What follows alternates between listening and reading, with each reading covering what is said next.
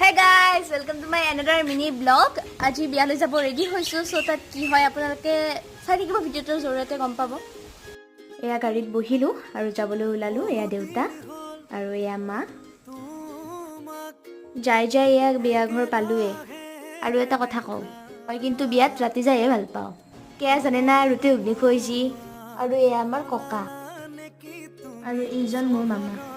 এতিয়া মই আপোনালোকক মোৰ চিষ্টাৰক চিনাকি কৰাই দিম বাৰু। এইটোৱে আমাৰ সৰু ফুট বুলি ক'লে ভুল নহয়, এতিয়া ফুট খাই গৈ দি খাই। তাৰপিছত এনেদৰে দিয়ে ককাই আম চুৰকিলে আৰু তাইয়ে কুটচিও সানচিও তাইয়ে কৰিছে দিয়ক চব। মই ভয় লাগে ভাই, যি জ্বালা, মই এইগিলা নৰো কৰবা। তাৰপিছত এনেকৈ মই ঘৰৰে কথা খালোঁ আৰু পুৰা আম চুৰকা। আৰু গাইজ বছৰটোৰ প্ৰথম আম চুৰকা খালোঁ মামাহঁতৰ তাত। এয়াই ককাৰ মৰম আৰু ঘৰলৈও আম দি পঠালে।